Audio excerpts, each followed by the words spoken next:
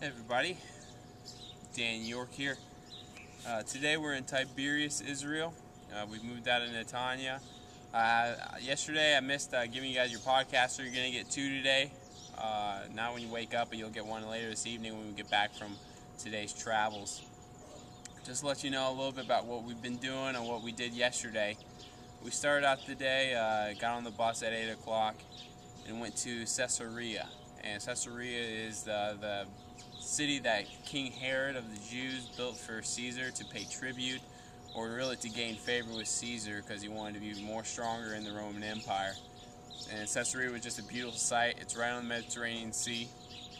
It was a seaport, so it was very accessible for ships that came into harbor, and it was just a beautiful sight. It was a great testament really to the Roman Empire and the architecture that it had there. It really had no reference to the Bible though.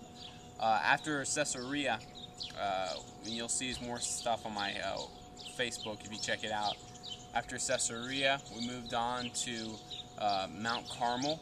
Mount Carmel, a lot of you might remember, Mount Carmel was where Elijah fought the 850 prophets of Baal and defeated them there, and actually ended up killing them there. But that was a great sight, and just to be on Mount Carmel and to say, this could be where Elijah stood when he put that sacrifice together. This is where the fireball from heaven came down and consumed the entire sacrifice that he made for God.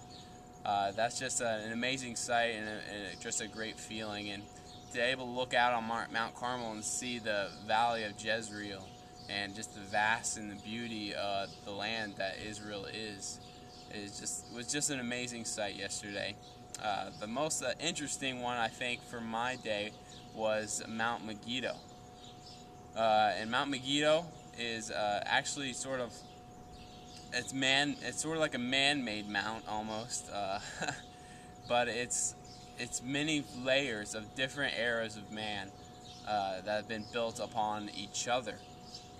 Starting with as far as we know, the Bronze Age, starting with the Bronze Age and moving up to the age of Byzantinian, Roman, Greek, Turk, all kinds of different ages of man have been there, and they've all occupied that piece of land.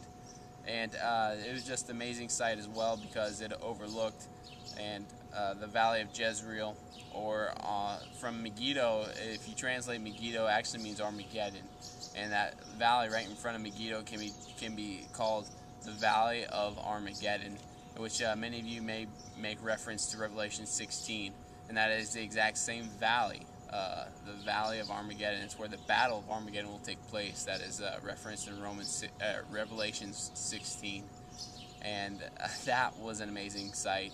And to imagine and to look out there and see this huge, vast piece of land that one day will be filled up with the armies of the enemy and the armies of our Christian allies, and just God's going to make his last sort of proclamation to defeat evil forever.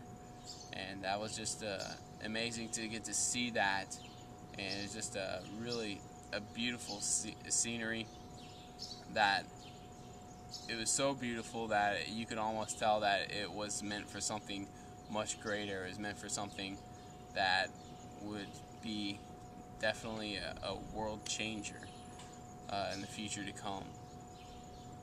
That Megiddo was definitely one of the best sites I've been to so far here in Israel, and I have lots of pictures. You guys need to check them out. Lots of videos.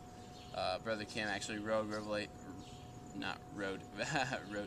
he read Revelation 16 on the Mount Megiddo, and it was a great time to sort of go together with that.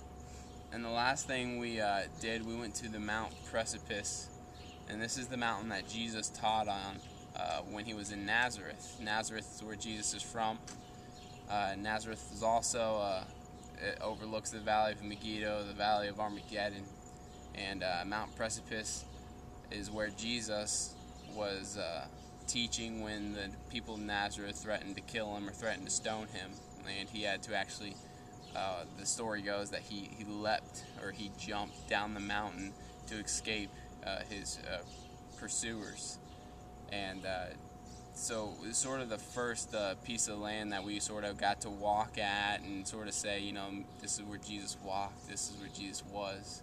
My Messiah, my Savior was here, and this is where he was persecuted, just like we will be persecuted someday, or we are persecuted every day.